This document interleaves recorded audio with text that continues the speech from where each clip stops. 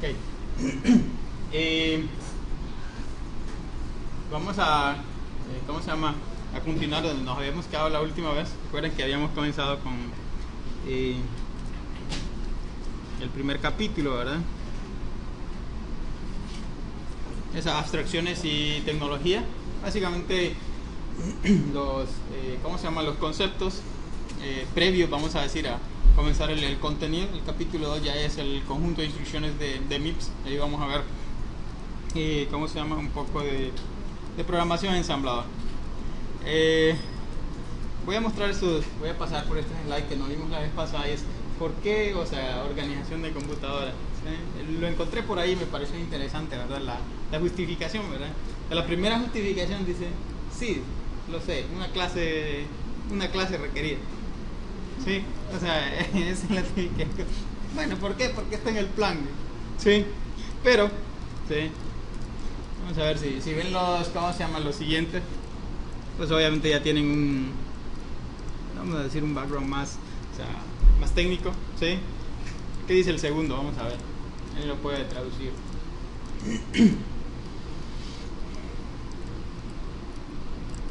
Y bueno, ¿en inglés? La importancia que es, o sea, de que uno así un poquito, que no puedas tan no, la básica, Vergonzoso, penoso.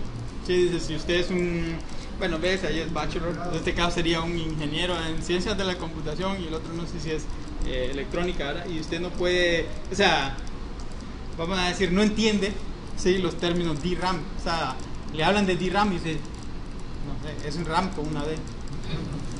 ¿Sí? Es penoso, ¿verdad? O que escuche pipelining, ¿sí? Y usted, pipelining, tubería. ¿Sí? O que escuche jerarquía de cachés, ¿sí? O el término memoria virtual, ¿sí?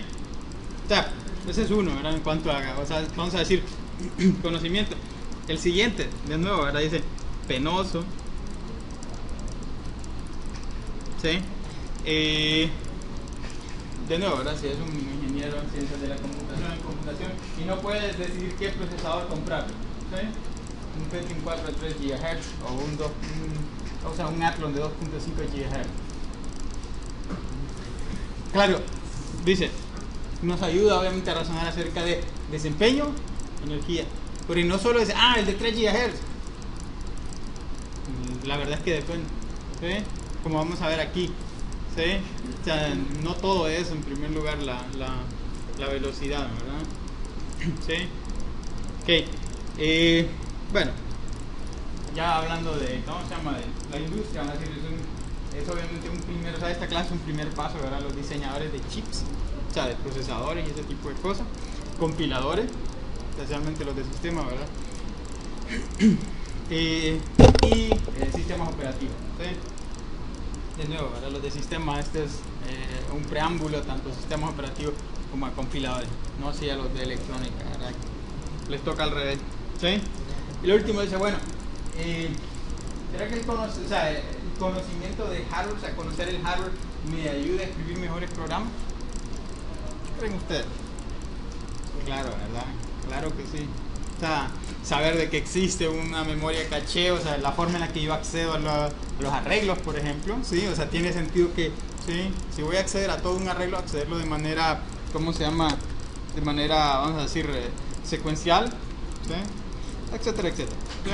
Entonces aquí hay al menos dos puntos. Manejo de memoria, ¿sí?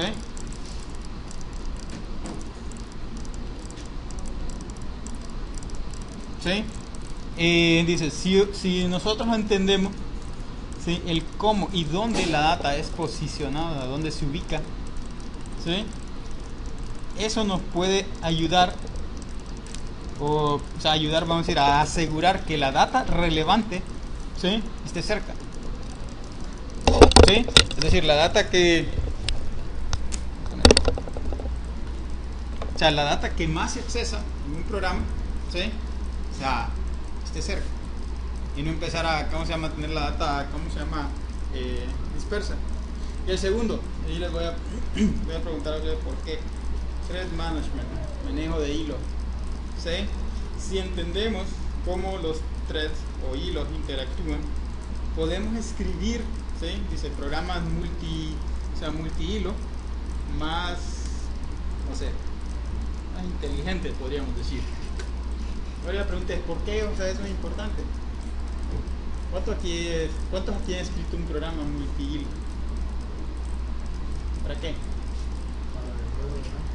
Juego de tanque. Para el juego de tanque. ¿Qué más? El Bomberman. Aquí son programadores de juegos, hombre. Ajá.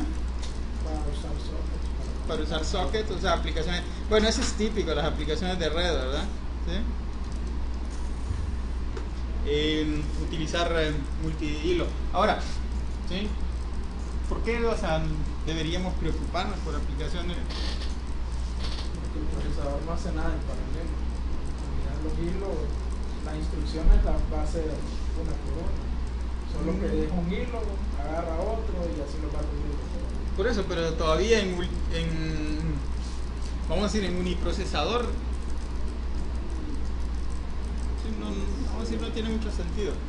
Es lo más importante. Hay que saber cómo manejar los recursos de una manera que todos los países que lo ocupen pues lleguen a algún momento a tenerlo. Ok, pero ¿por qué? O sea, ¿por qué podemos poner más énfasis en multihilo? Es algo bien importante. Lo que es importante es porque los operativos no aprovechan muchas tareas de trabajo de los procesadores, que tienen hasta 4 procesadores, 4 núcleos.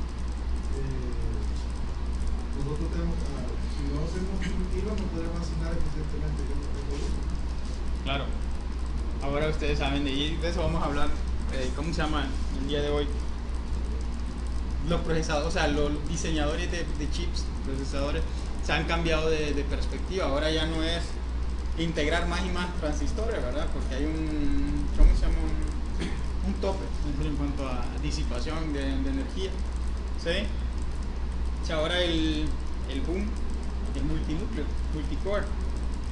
Ahora el problema con multicore es que de nada me sirve tener un montón de procesadores si no los estoy utilizando. A diferencia de otras técnicas, ¿verdad? Como vamos a ver acá, como pipelining, ¿sí? Superescalar, etcétera, etcétera, que son técnicas donde el mismo procesador, ¿cómo se llama? Es el que se encarga de, vamos a decir, de ejecutar las instrucciones en paralelo. En multicore no es así, o sea, los núcleos están ahí, los procesadores están ahí. Si usted no divide su programa en múltiples tareas que se ejecuten en paralelo, de nada le sirve. ¿Sí? Entonces ahora tenemos que prestar mayor atención a eso, multihilo. ¿Sí? Una duda que tengo en el momento del proyecto, cuando uno hace una aplicación a un procesador de 4, uno solo abre los 4 libres y un colectivo le entrega a cada núcleo ocioso, o uno tiene que decirle, este manda este manda este. Ok, si el sistema operativo está preparado para manejar multinúcleo, sí. O sea, yo divido las tareas en 4 hilos y, o sea, técnicamente el sistema operativo debería ver cómo balancea los núcleos. ¿Sí?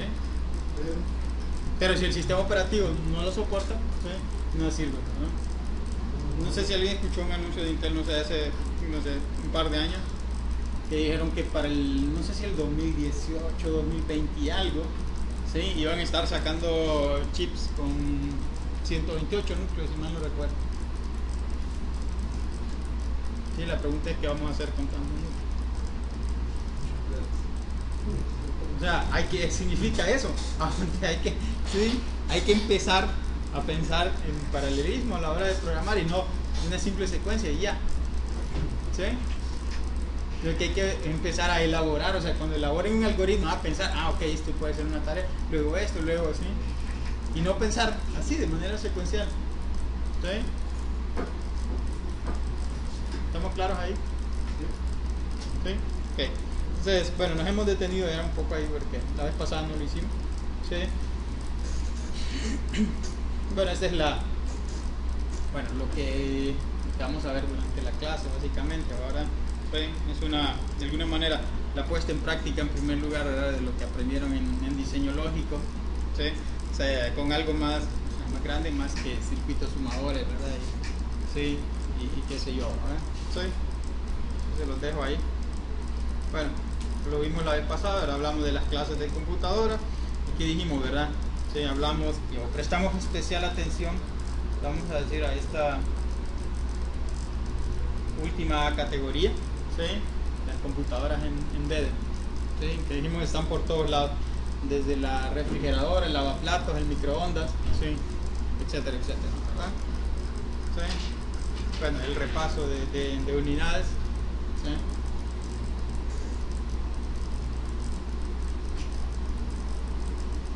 ¿Sí? ¿Se acuerdan de esta gráfica?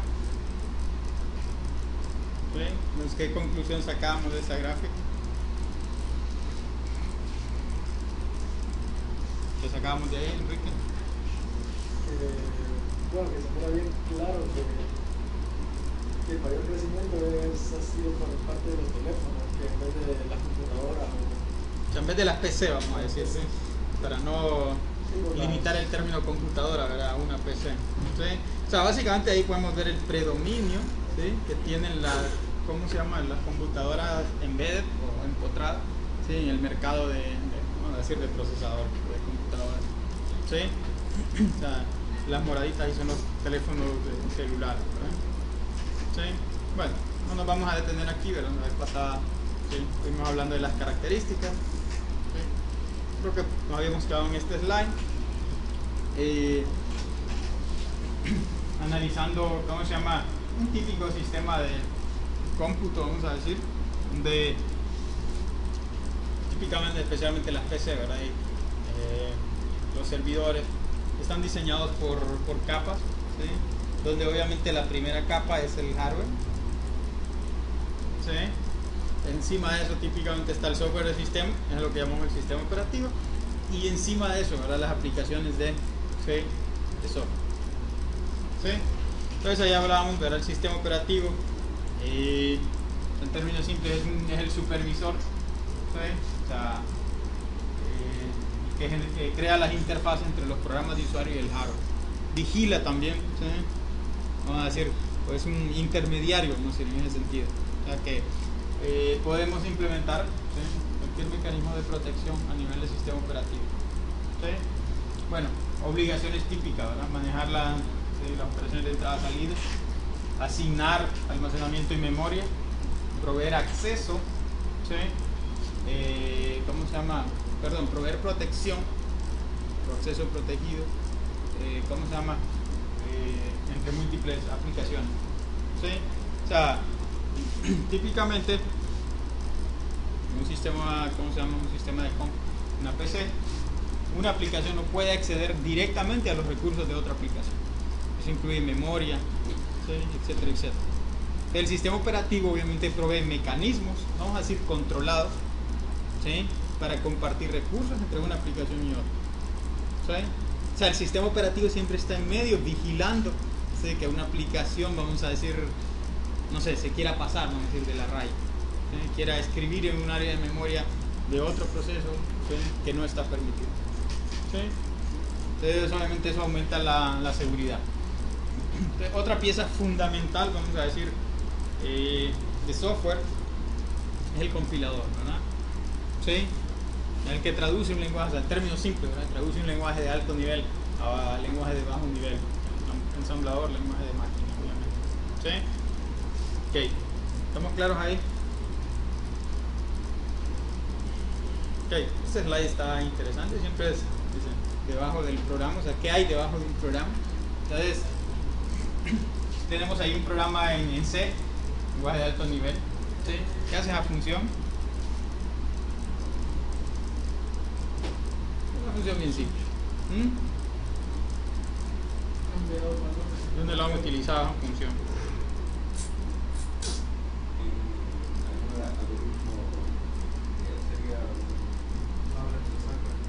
¿Cómo?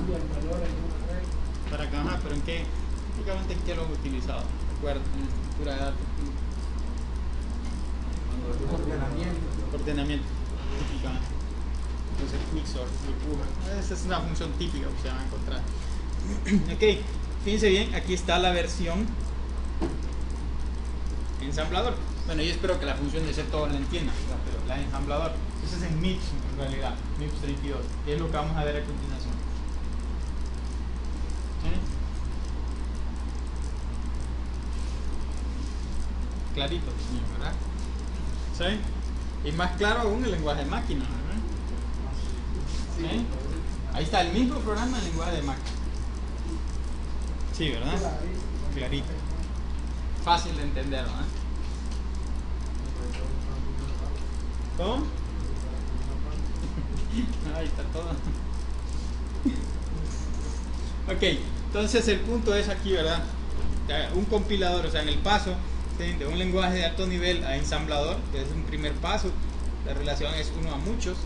Es decir, una instrucción de alto nivel corresponde típicamente a muchas instrucciones de ensamblador.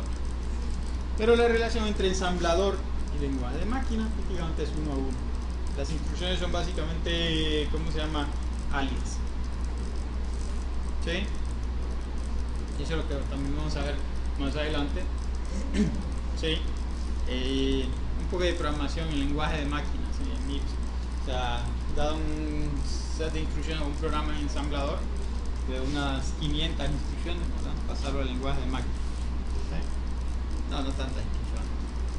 Nada más a terminar en todo el primer. ¿Sí? Agarrar unas 5 instrucciones, ¿verdad?, y pasarlas al lenguaje de máquina y hacer viceversa, ¿verdad? De lenguaje de máquina, como pasarlo a ensamblador, ¿verdad? Obviamente ya regresar a lenguaje de alto nivel es un efecto, o sea, bien complicado, ¿verdad? ¿Sí? Bien difícil. Porque recuerden que podemos partir de una infinidad de lenguajes de alto nivel y todos llegan en ensamblador. Entonces, al ir hacia arriba, ¿verdad? O sea, el primer punto es, ¿verdad? ¿Sí? O sea, ¿a qué lenguaje lo voy a convertir? ¿Sí?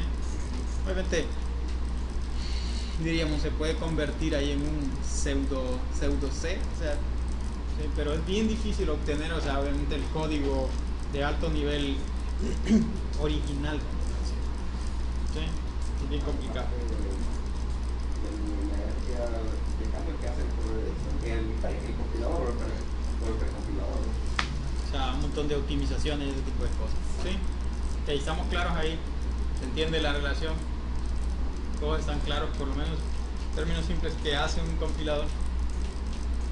¿Sí? Ok.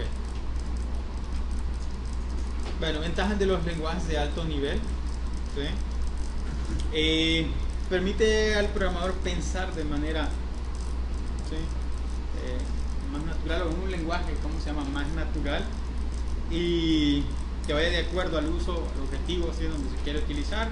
Por ejemplo, ahí está Fortran, cálculos científicos, COBOL, programación de negocios. ¿Ya utilizamos COBOL? ¿Lo ha visto COBOL? Yo tampoco, ¿no? Lisp, ¿sí?, manipulación de símbolos. Lisp, ¿no utilizó Lisp en lenguaje de programación? No, ¿verdad? No sale Haskell ahí. ¿Sí? Ok, y Java para programación web. ¿Sí? Ese es uno que sí lo hemos utilizado, ¿verdad? ¿Sí? Me suena. Ok. El segundo punto, mejora la productividad del programador. ¿Sí? Es claro, ¿verdad? Si los pongo, igual ustedes van a tener la oportunidad de programar en ensamblador, ¿sí?, y allí sí van a querer regresar a C, ¿verdad?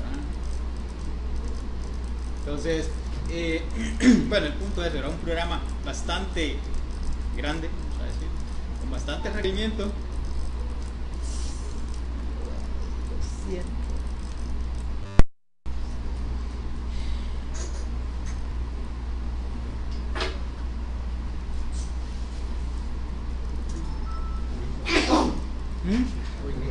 Sí. ¿Y qué pasó? Es que para grabar las lecciones, ni modo, Camtasia no funciona.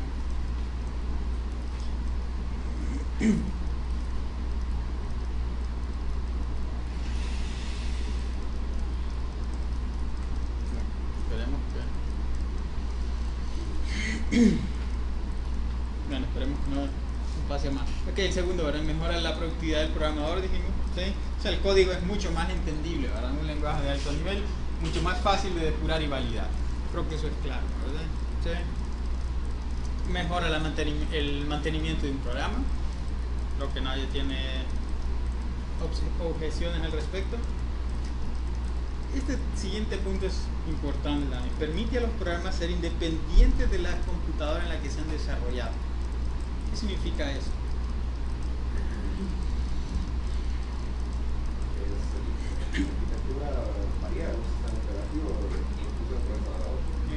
Bueno, en primer lugar varía de un procesador a otro, ¿verdad? O sea, de un Intel a un PowerPC, sí, es arquitectura diferente, aparte de que sí, ¿verdad? De un sistema operativo a otro, pues pueden haber sus diferencias. Entonces el hecho de tenerlo en un lenguaje de alto nivel, de alguna manera, ¿verdad? Yo no tengo que preocuparme, ¿cómo se llama?, de los detalles de la arquitectura. Claro, el único requisito es necesito un compilador, ¿sí? Lo desarrollo en C, pues hay compiladores de C casi para cualquier plataforma, ¿verdad? O sea, solo sería de recompilar mi programa para esa plataforma y listo. ¿Sí? ¿Estamos claros ahí? Ok, y el último punto, fíjense bien, eso tiene que ver obviamente con esa área de ¿cómo se llama?, de ciencias de la computación, que es compiladores. Es la evolución, voy a decir, ¿cómo se llama?, y el surgimiento de los llamados compiladores optimizadores, ¿sí? Que es un área que ha ido en constante evolución, los cuales pueden producir, fíjense bien, código, y está igual en rojo ahí, ¿verdad?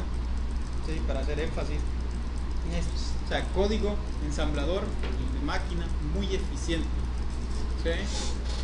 Entonces, el cual obviamente está optimizado para la máquina, o sea, la máquina destino o la plataforma destino, ¿sí? O sea, muchos compiladores de C, el de la GNU, por ejemplo, ¿sí? Igual, por ejemplo, para Intel tiene sus propios compiladores de C, por ejemplo, y de C++, que pueden generar, o sea, código bien optimizado, vamos a decir, ¿sí? O sea, como resultado, muy poca programación, ¿sí? O sea, en la actualidad se hace en lenguaje ensamblador, ¿sí? O sea, aún, ¿cómo se llama el código de, ¿sí?, sistemas operativos? Por ejemplo, Linux, el sistema operativo Linux, ¿sí? ¿Qué está programando? ¿Sí? ¿Sí? O sea, no sé, me atrevo a decir que probablemente el 90-95% está hecho en C. El resto, ensamblador. Obviamente eso tiene partes en ensamblador, ¿verdad? Recuerden que, o sea, ensamblador sigue siendo, ¿sí?, o sea, el único, ¿verdad?, que permite acceso, vamos a decirlo, completo al hardware, ¿sí? Entonces, en el caso de un sistema operativo, o sea, si recuerdan el diagrama que tenemos acá, o sea, el sistema operativo está encima del hardware. Entonces, el sistema operativo necesita acceder a las facilidades del hardware, y la única manera de hacerlo, ¿verdad?, es en ensamblador. Es lo que típicamente llamamos el kernel, ¿sí? Es el software de sistema en este caso, ¿sí? ¿Muy claro ahí? Listo. Bueno, este slide, ¿verdad? Esta es la parte de hardware, o sea, yendo más abajo todavía, ¿verdad? ¿Sí? Los 5 componentes clásicos de una computadora, ¿sí? O sea, entrada, salida, típicamente, ¿verdad? O si ustedes analizan esto desde la perspectiva de von Neumann, el diagrama de von Neumann, esto sería, ¿sí?, un solo componente, entrada, salida, luego memoria, ¿sí?, luego el camino de los datos, o sea, ¿no?, los buses, ¿sí?, y control, ¿sí? O sea, en realidad, ¿verdad?, lo que el libro llama acá, ¿verdad?, control más el camino de los datos, ¿sí?, es el procesador, ¿sí? Esa es la terminología que utiliza, ¿sí?, el diagrama. Entonces, si se fijan, ¿sí?, o sea, dice, aquí está la entrada, llega a la memoria, de la memoria, ¿sí?, llega al procesador, aquí hay la unidad de control, es como un coordinador, ¿sí?, esto pasa, ¿sí?, se procesa, vamos a decir, sale, llega a la memoria, y de la memoria, ¿sí?, a la salida. Esa es la forma en la que, no sé si la forma gráfica en la que los autores, ¿verdad?, de este libro, o sea, visualizan el sistema de computadora. ¿Sí? Entonces es una forma de resumir, ¿sí?, de detallar, diría yo. ¿Sí? Bueno, hay un chip, un ejemplo de un chip moderno, vamos a decir, de AMD, por cierto. ¿Sí? Tiene 4 núcleos, ¿sí?, que pueden ejecutar instrucción. Este es un término que, ¿sí?, out of order, o sea, que puede ejecutar o puede analizar, vamos a decir, el flujo de instrucciones, ¿sí?, y analizar cómo se llama, qué instrucciones depende de quién, y ver qué instrucciones se pueden ejecutar en paralelo. ¿Sí? O sea, y eso en un núcleo. ¿Sí? Aparte de que, bueno, no lo menciona ahí, pero probablemente implementa pipelining también, ¿verdad? ¿Sí?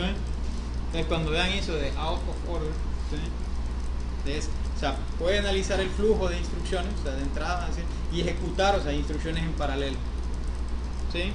O sea, si tengo 2 instrucciones y vamos a decir A y B no depende de A, perfectamente las puedo hacer en paralelo.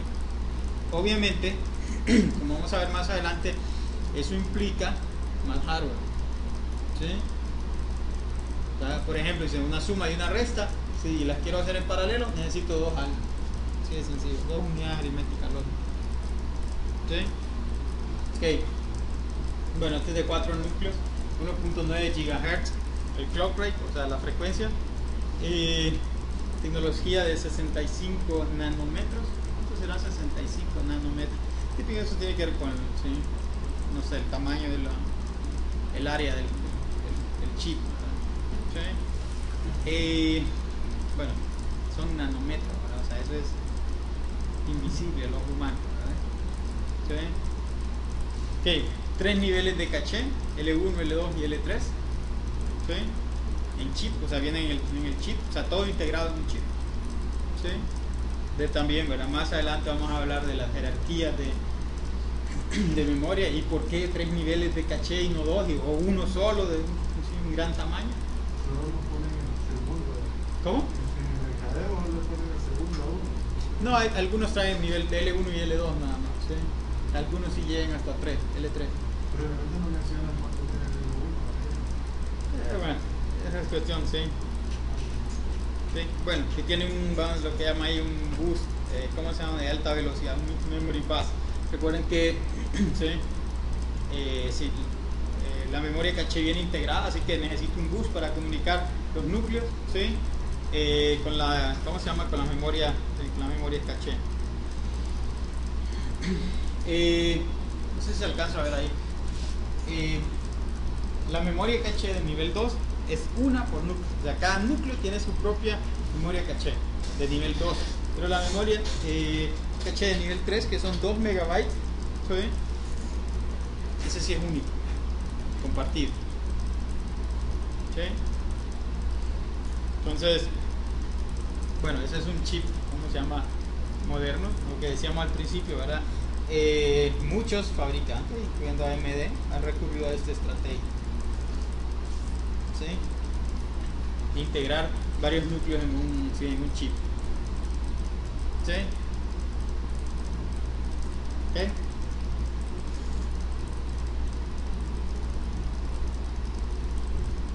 Ok. Otro término, ¿verdad?, importante: Instruction Set Architecture, ISA. Algunos, ¿sí?, o de repente en alguna literatura, ustedes van a ver que esto está simplificado, voy a decir, que uno llama la arquitectura. ¿Sí? Entonces, algunos llaman la arquitectura al conjunto de instrucciones que soporta, vamos a decir, ¿sí?, una arquitectura. Es una forma de simplificarlo, ¿verdad? Que dice acá, ¿verdad?, simplemente arquitectura. O sea, ambos términos, tengan en cuenta que ambos términos hacen referencia a eso. O sea, si hablamos de arquitectura, estamos hablando del conjunto de instrucciones. Y si hablamos de organización, ¿sí?, que es el nombre de esta clase, ¿verdad?, ¿sí?, estamos hablando de la parte de hardware, ¿sí?, o sea, cómo están estructurado los componentes de hardware a nivel físico. ¿Sí? Por eso se llama organización, ¿verdad? No es organizar computadoras, ¿verdad? ¿Sí? Sino es cómo están organizados los componentes a nivel físico. ¿Sí? Y cuando hablamos de arquitectura estamos hablando del conjunto de instrucciones que soporta, ¿sí? Es decir, ese procesador, esa máquina. ¿Sí? Ok, entonces básicamente es una interfaz abstracta. ¿Sí? Porque no me dice en primer lugar, ¿sí? O sea, cómo está implementada la instrucción. ¿Sí? Si me dice, esta es una instrucción de suma, perfecto, yo sé que suma y eso es desde el punto de vista de desarrollador, ¿sí? Es todo lo que a mí me interesa. ¿Sí? Claro, ¿verdad? Como, vamos a decir, como desarrollador de hardware, obviamente sí interesa. Ok, ¿cómo voy a implementar esa instrucción? O sea, ¿cómo voy a hacer que mi procesador sume? ¿Sí? Ok. Entonces, esa es la interfaz abstracta entre el hardware, ¿sí? Y el nivel más bajo de software. Por eso hablamos de bajo nivel. Cuando decimos vamos a programar en ensamblador, dice programación a bajo nivel. ¿Sí? Entonces, eso es el ISA o el conjunto de instrucciones. ¿Sí? Ok. Entonces, básicamente, ¿verdad? Todo lo que lleva el ISA es la información necesaria para escribir programas en lenguaje de máquina o en lenguaje, ¿cómo se llama? Ensamblador. ¿Sí? Entonces, todo el ISA involucra desde instrucciones, por eso se llama Instruction Set Architecture, los registros, ¿sí? Que como vamos a ver más adelante, los registros, ¿verdad? Es la memoria interna del procesador o la memoria inmediata más cercana del procesador. ¿Sí? O sea, no es la caché, ¿sí? Es otro conjunto de memoria, ¿sí? Que es inmediato, o sea, está, ¿sí? Directamente conectado a la ALU, vamos a decir, ¿sí? Y lo pensamos desde esta perspectiva, ¿sí? Accesos a memoria, entrada, salida, etc. ¿Sí? O sea, la arquitectura como tal, simple y sencillamente, ¿sí? Me da la interfaz, así como Java, ¿verdad? ¿Cuántos hemos usado en Java? Interface. ¿Sí? ¿Cómo hemos usado interface? ¿Qué es una interfaz? Es un conjunto de métodos, o sea, que simplemente, o sea, no se implementan, pero que se espera que alguien implemente y que cuando, en efecto, los tiene una clase, implementa tal interfaz, se espera que cualquier otro programa pueda interactuar con esa a través de otro método. Algunos dicen que una interfaz es como un contrato, ¿verdad? ¿Sí? En Java se declara la interfaz y dice, ok, la interfaz va a tener estos métodos. No dice cómo se va a implementar, no dice cuánto tiempo se va a tardar, solo dice, es esta lista. ¿Sí? Entonces, de alguna manera, ¿verdad? Eso es el ISA. ¿Sí?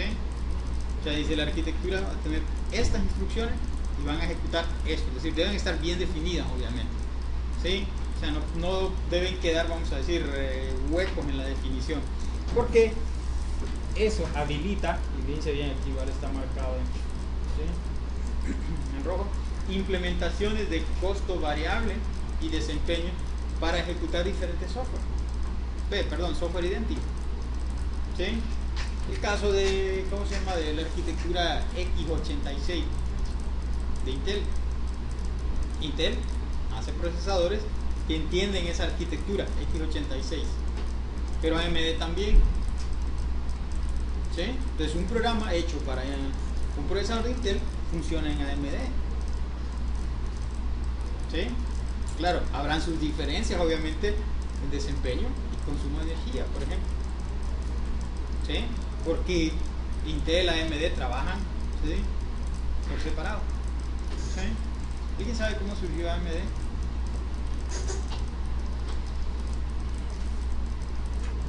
El Intel que se separó de la compañía y fundó. Originalmente fue una compañía fundada por Intel para hacer, como quien dice, procesadores de bajo costo.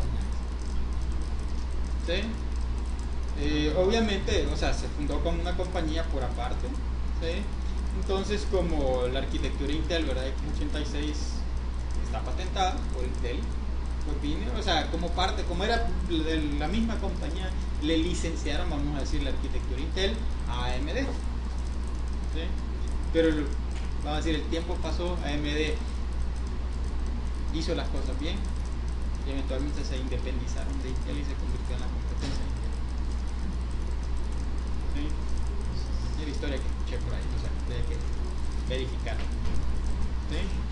Pero sí, ¿verdad? AMD sigue siendo uno de los competidores, ¿verdad? Por ahí salió una compañía que se llamaba Transmeta, no sé si alguien la escuchó. Transmeta, por cierto, era donde Linus Torvald trabajaba. Linus Torvald, ¿eh? Todos saben quién es Linus Torvald, tengo que decir.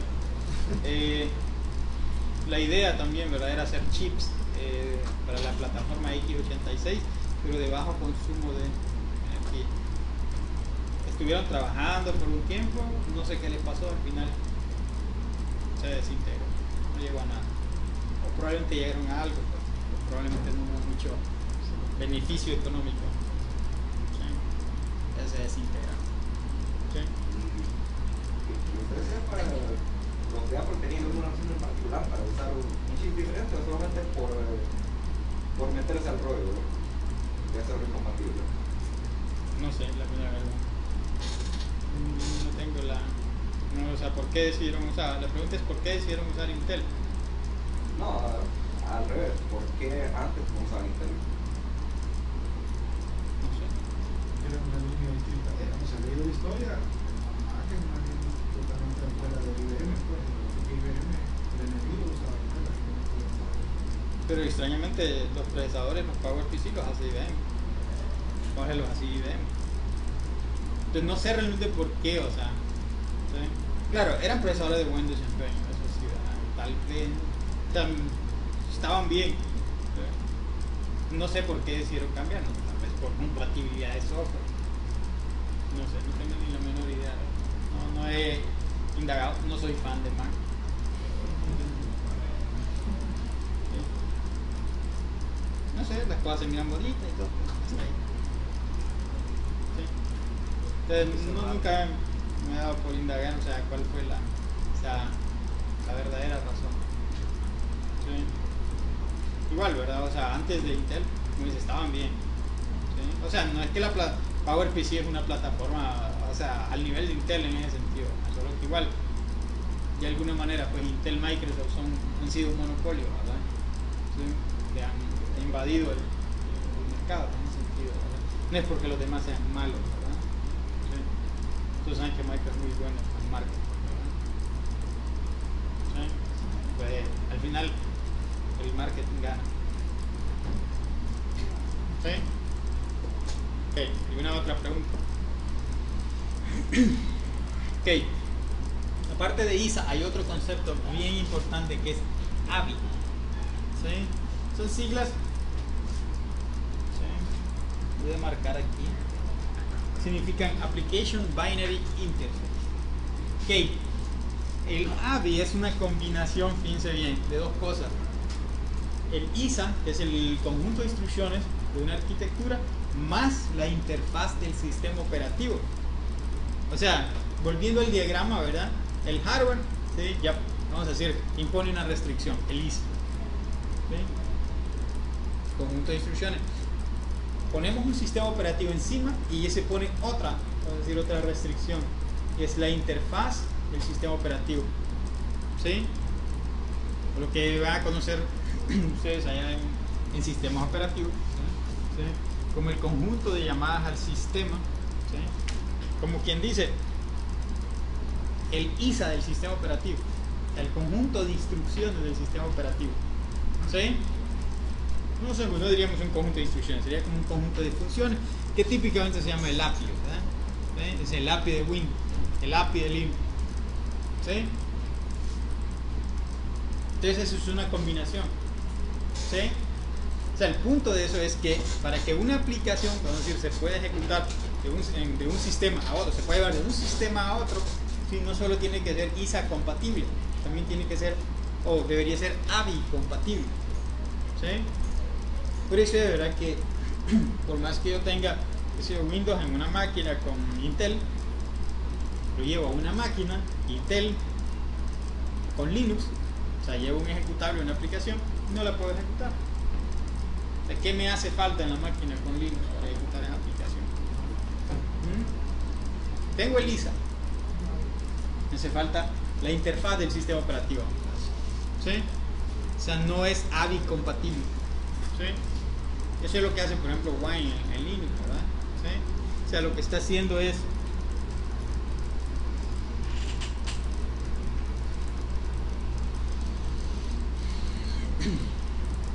¿alguien ha usado Wine? ¿Sí? ¿Alguien más? ¿Para correr qué? ¿Ejecutar qué? ¿Juego? Juego. Yo pensé que iba a decir para correr el Notepad o el solitario de Windows. ¿Sí? Ok, entonces lo que hace Wine básicamente, ¿verdad? Que es una aplicación en Linux, ¿sí? Es implementar eso, la interfaz del sistema operativo de Windows en Linux. Y eso habilita o crea la posibilidad entonces de poder ejecutar programas, ¿sí?, hechos para Windows en Linux. ¿Sí? Claro, ¿verdad? También la situación, vamos a decir, funciona o no funciona, pero si tenemos dos sistemas que no son ISA compatibles. Es decir, tengo una PC con PowerPC, por ejemplo, y Windows, vamos a decir, ¿sí? Tengo otra con Windows, la misma versión, ¿sí? Pero ahora estos tipos de framework. Ah, ok, vamos a hablar de eso. Tomo la aplicación, vamos a decir, de Windows Intel y la llevo a Windows PowerPC. ¿Qué va a pasar?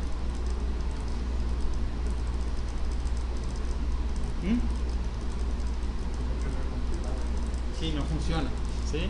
¿Por qué? Porque el programa lleva instrucciones en el ¿cómo se llama? Basado en el ISA de Intel, y el ISA de PowerPC es diferente. Ahora, ¿qué mencionaba Fonseca? Los lenguajes. Ok, lo que sucede ahí, ¿verdad? ¿Sí? Es que realmente son ISA, o sea, ¿sí?, son AVI compatibles, porque el ISA en ese caso, ¿sí?, es un lenguaje intermedio. Java tiene la máquina virtual. ¿Cómo se llama el código de máquina? Bytecode. Entonces tiene su propio ISA. ¿Sí? Entonces, pero si llevo, vamos a decir, tengo Windows PowerPC, tengo una aplicación Java, la llevo a Windows Intel y va a funcionar siempre y cuando yo tenga que una máquina virtual de Java. ¿Sí? Entonces el requisito obviamente es, ¿sí?, lo mismo, ¿verdad? Necesito, como quien dice, un procesador virtual, una máquina virtual que entienda las instrucciones o el ISA llamado bytecode. ¿Sí? Y eso es lo que hace, por ejemplo, el proyecto Job, que ya no es a nivel de, ¿sí?, que no necesita realmente un sistema operativo para montar una máquina virtual. En realidad ya es una máquina física de Java, ¿sí? Es un procesador que ejecuta bytecode, ¿sí? Por cierto, no he escuchado más ideas de proyectos, ¿verdad? Vamos por la semana 2, ¿sí? No dejen que pase el tiempo, ¿verdad? Ok, ¿estamos claros hasta ahí?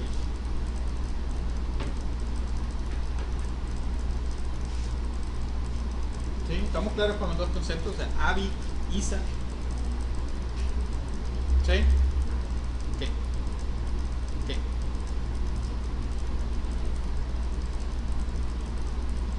La ley de Moore. ¿Alguien ha escuchado la ley de Moore?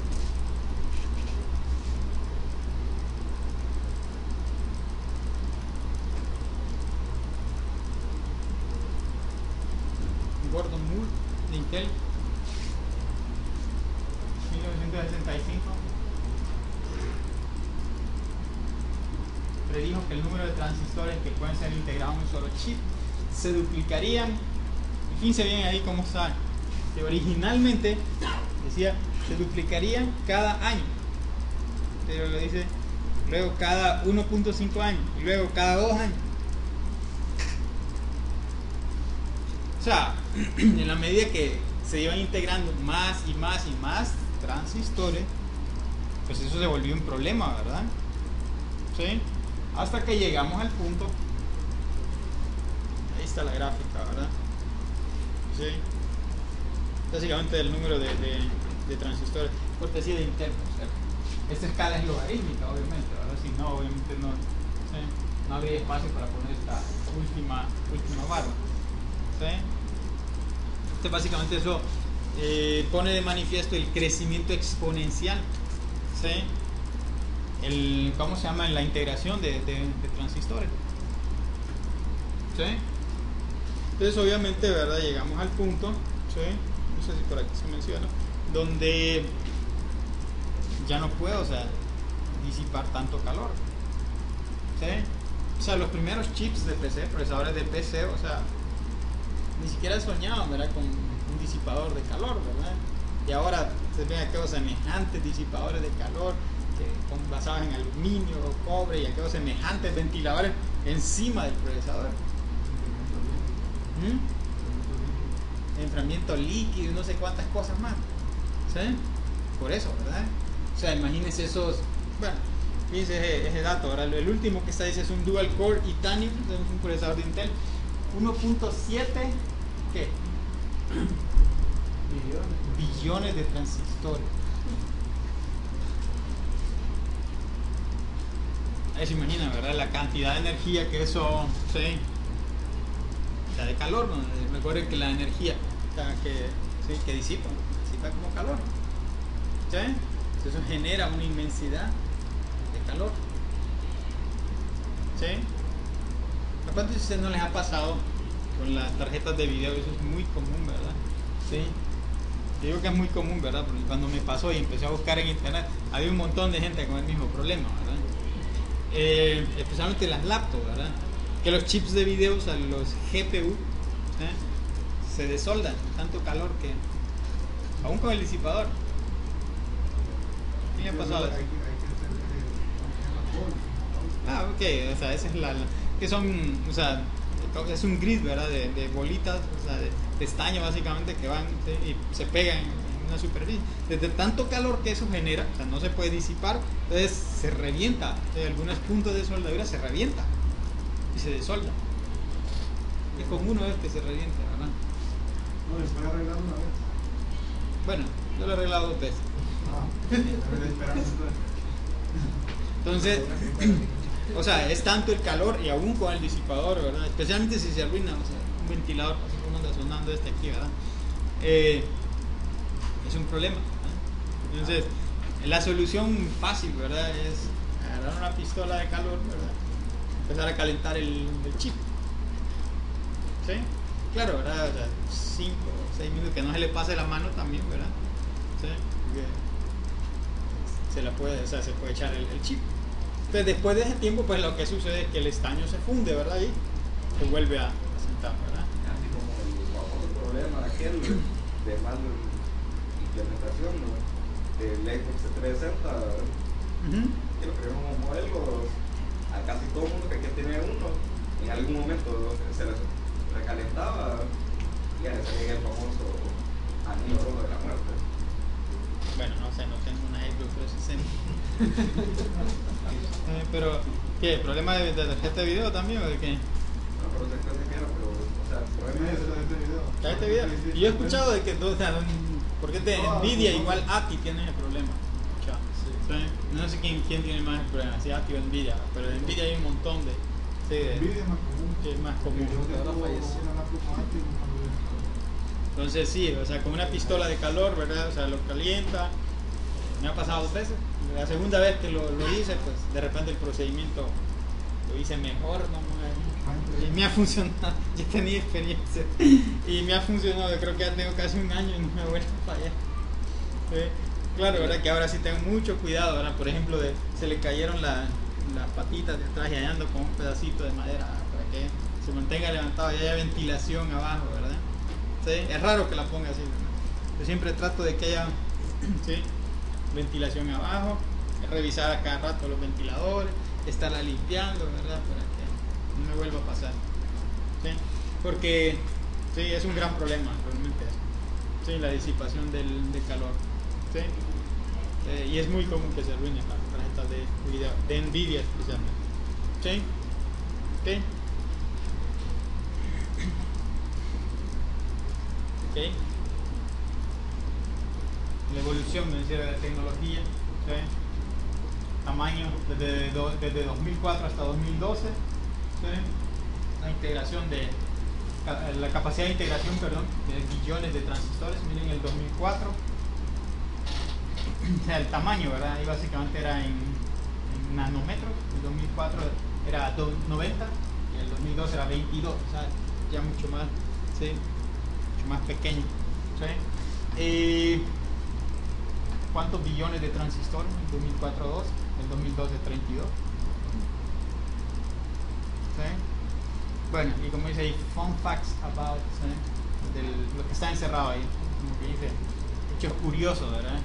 De los transistores de 45 nanómetros. 30 millones pueden caber en la cabeza de un niño chileno. 30 millones. ¿Sí? Usted podría, o sea, decir, meter o empaquetar, qué sé yo, más de 2000 a lo ancho, perdón, de un cabello humano. 2000. ¿Sí? ¿Se imagina cuántas compuertas podemos hacer con 2000 transistores?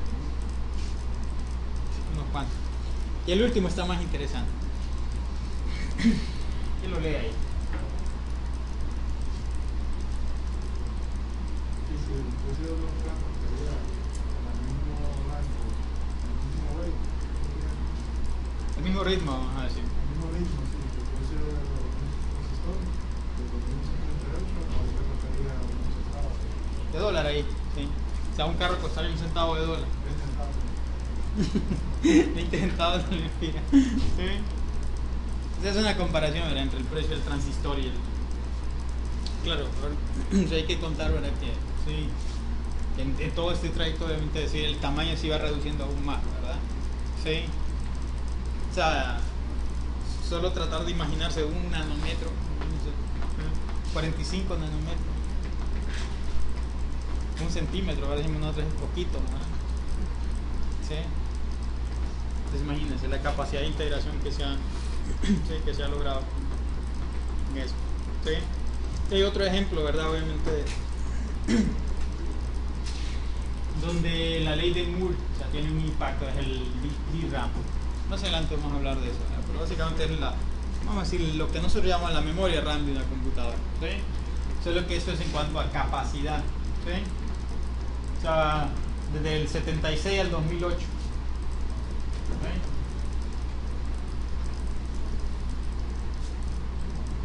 76 hablábamos, ya, la típica hablar de kilobytes, 16 kilobytes. Sí, a medida fue pasando el tiempo, 74 o 56, dimos el salto a megabytes, ya hablábamos de megabytes. ¿Sí? 4 megabytes, 16 megabytes, la época de 64, 128, 256, 512. ¿Sí? Y llegamos dimos el salto y llegamos a los gigabytes. Claro, aquí llega hasta 1 gigabyte, ¿verdad? ¿Sí?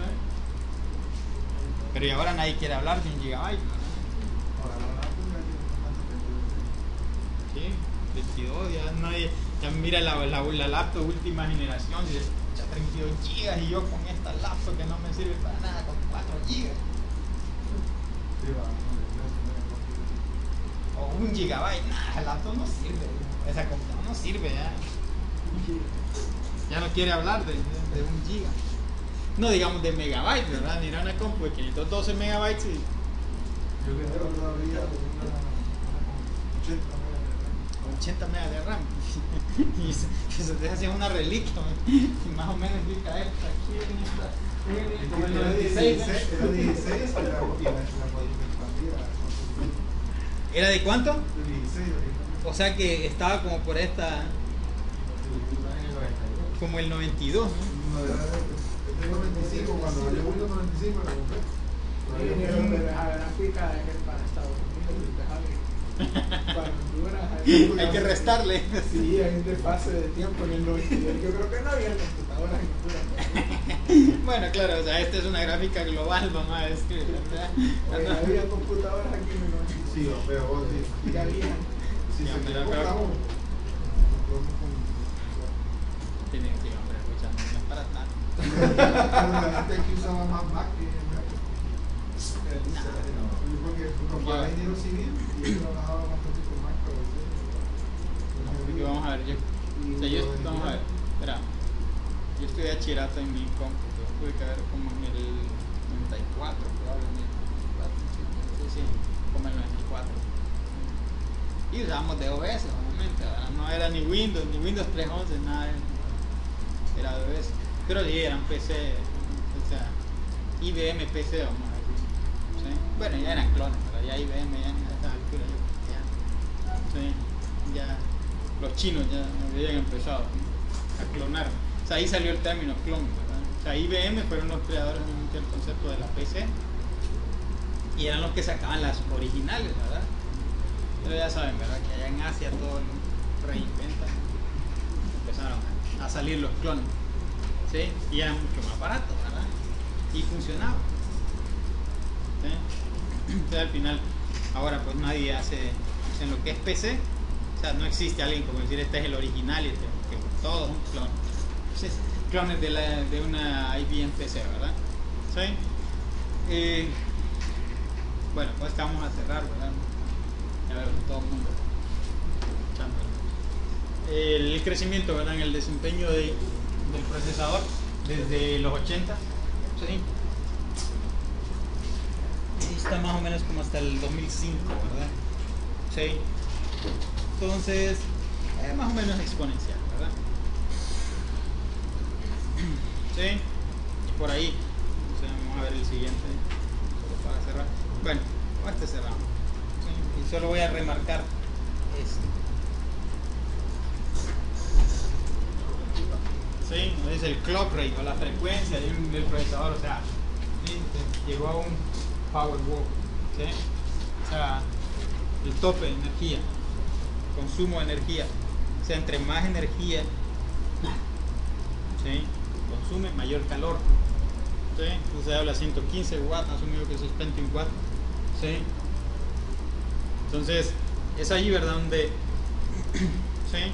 Realmente sucedió vamos a decir, switching, ¿sí? Lo que se llama un inmenso cambio sucede en ese momento, ¿sí? O sea, el reto de, ¿cómo se llama?, energía, forzó básicamente un cambio en el diseño del microprocesador, ¿sí? Y ese cambio desde el 2002, ¿sí? Que básicamente la tasa de mejora en el tiempo de respuesta, ¿sí? Los programas de una computadora desktop, ¿sí? Habían caído en un factor de 1.5 por año a menos de 1.2 por año, o sea que la mejora ya no era considerable, ¿sí? O sea, ya se había llegado a un punto de casi estancamiento, ¿sí? Entonces es en ese punto realmente donde la mayoría de las compañías empezaron a, más o menos en el 2006, ¿sí? Eso, lo que llamamos multicore, nosotros, multinúcleo. Básicamente son múltiples procesadores en un solo chip, ¿sí? Es decir, en vez de tratar de hacer más rápido un solo núcleo, dijeron no, ni modo, agarremos varios y pongámosle en un solo chip, ¿sí? Okay. Entonces ahí vamos a cerrar el día de hoy, ¿sí? Y vamos a continuar mañana, ¿verdad?